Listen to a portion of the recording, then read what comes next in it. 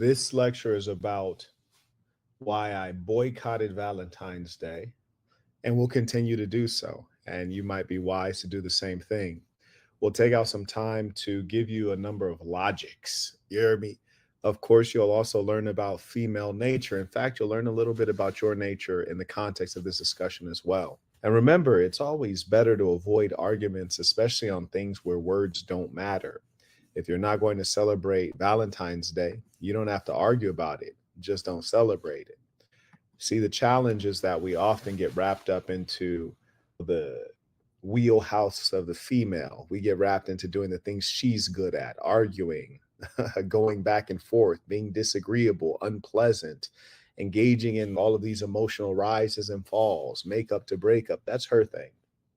As a man, you should be peaceful, prone to establishing a way, not getting in the way. I do actually have quite extensive notes typed out. So, per usual, I always come in prepared to respect your time and make sure that we all get the most out of this fellowship. But here's the sad reality of human relations, and particularly those with women in relationships. It is that sometimes you will not reach an agreement. Sometimes you'll agree to disagree. Sometimes you'll have to let things go. Sometimes you'll have to acknowledge this is who she is and these are her limits. That's the sad reality of human relations. I've met many people, and I can tell in a certain situation, I'm aware that they've reached their limit of emotional maturity. They've reached the extent of their intelligence. And so there's some things that they can't understand or acknowledge. You'll often find this with very religious people who are blindly religious. They want to keep going back to their book. And just one note for all of you who are trying to understand the people around you. If you ever wonder, why do religious people just keep going back to their book? Imagine when you come online and you ask me questions, I'm able to give you answers across a breadth of knowledge because I'm very well read in many books. I'm widely experienced, well traveled. I've done business in a lot of places with many people in different income strata, different ethnicities. Conversely, if you were to say that you're a Muslim, a Jew, or a Christian, you only have to have knowledge of one book, and then you can say you're knowledgeable. You only have to understand one book. And so it makes it easier to feel like you have an understanding of the world or of people or of good, right, and wrong, because you only have to read one book. And so that makes it easy. And so ironically, whereas in all other things, you have to have a breadth of experience and knowledge to say that you are wise, the religious persons, the pastors, the preachers, and the zealots, they only need that one book to feel like they know all the answers. So that makes it easy, doesn't it? You ever notice that all of our major holidays involve significant consumption, which is to say, spending? It costs to celebrate. Businesses bank on you buying into these holidays. Yeah, you got to buy in, you got to believe. And that's what gets you to spend. You believe that it's appropriate for you to buy a bunch of gifts on Christmas. You believe that you have to buy a box of chocolates and take your lady out for a dinner and buy her a diamond bracelet and give her a dozen roses and all of these other things. You believe, you've bought in.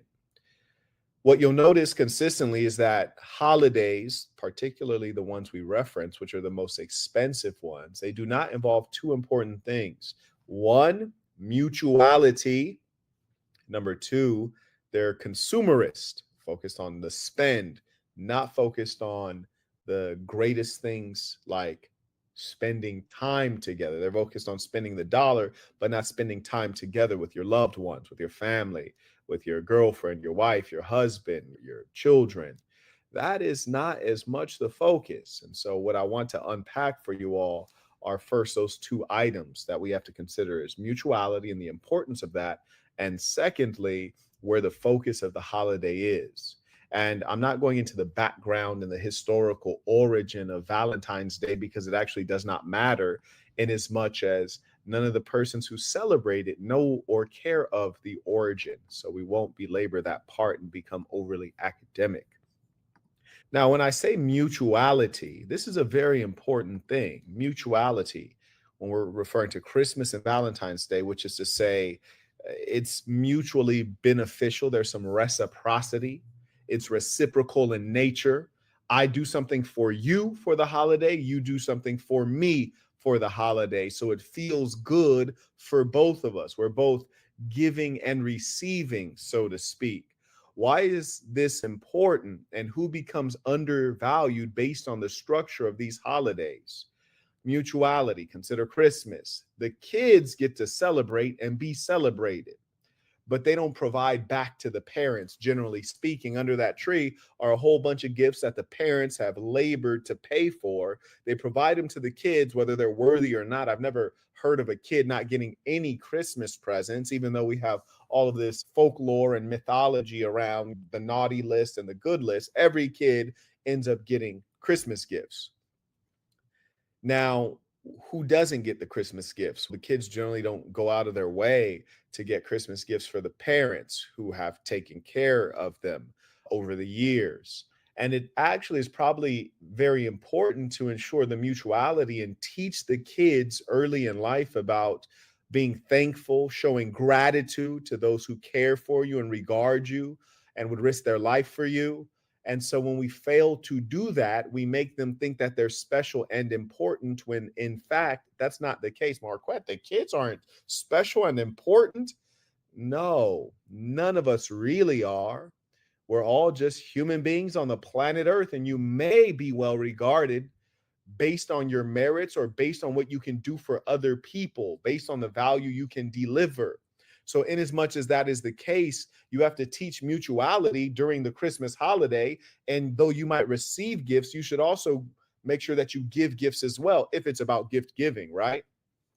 Major lesson for the young people, so that they don't think that they're just in a position to be a receiver of good things, especially unearned good things. Then let's look at the female with regards to Valentine's Day. Females get celebrated, but they don't give anything back to the men. So if Valentine's Day is about love, is it about love, or is it about women getting gifts?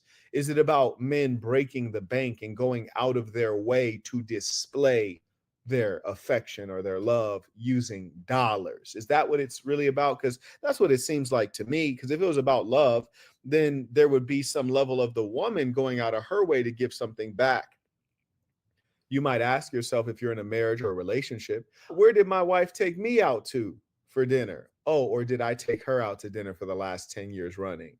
What did she get me? Did she get me chocolates and diamonds and roses? Or is everything oriented on me being the spender? Why am I viewed as such a valueless being that I can only offer her something when it's coming through a monetary compensation? That's what you should be asking yourself as a man. And why am I not getting anything back? Now, always ask, what did my girl get me for Valentine's Day? Where did she take me out to? These are important questions to ask, and they give you an indication of, one, how she really feels. They give you an indication of what her inclination is. Is it one of viewing you guys as equally important, worthy of receiving good things? Or does she say, you know what? I'm the queen here, and he's a peasant. It's not I'm the queen, he's the king, because we all know that the king ranks higher than the queen. So if that was the case and she viewed you that way, she would always keep you esteemed in that level.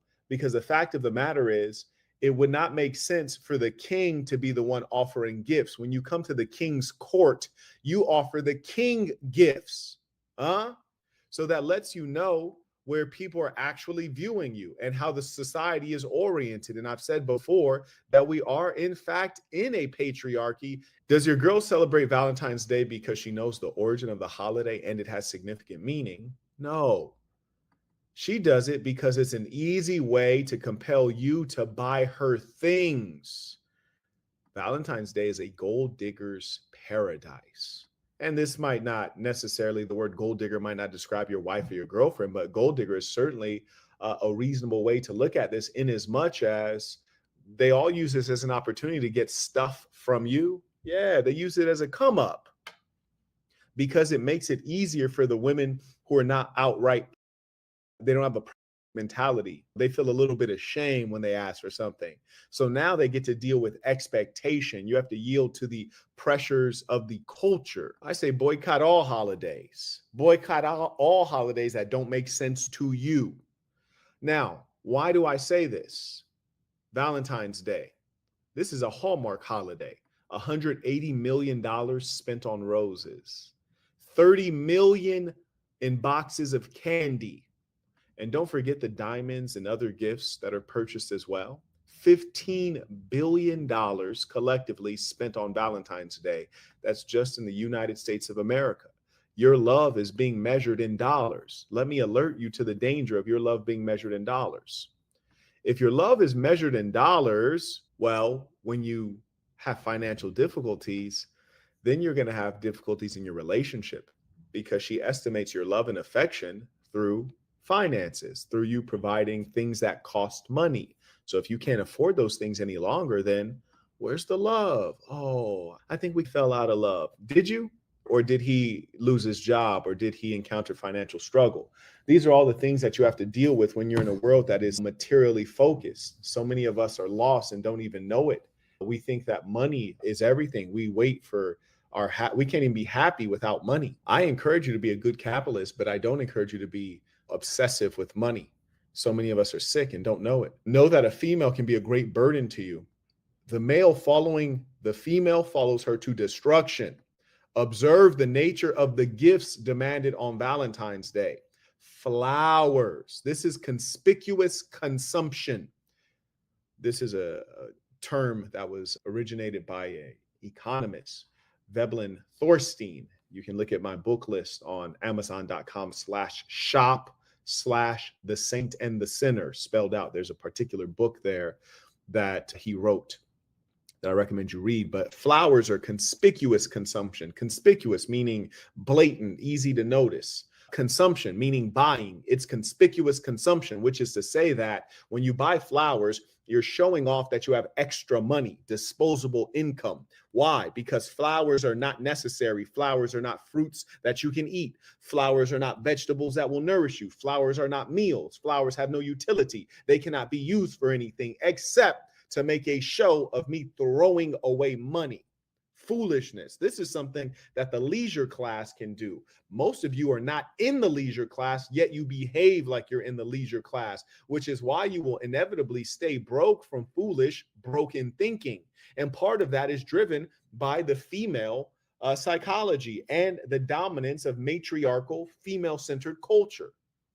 You see, a gift that spoils, flowers and chocolates, spoils quickly, has no utility. It's something for her to show off. Yeah, to show off. She has compelled you to make a display of your love. Her knowing that you love her is not good enough. You having been there for the last 10 years is not good enough. You being father to her children is not good enough. You making a lifetime commitment is not good enough. You putting a ring on her finger is not good enough. You being her protector is not good enough. You have to make a display and keep reproving. A display, a show. Send flowers to my job. Why?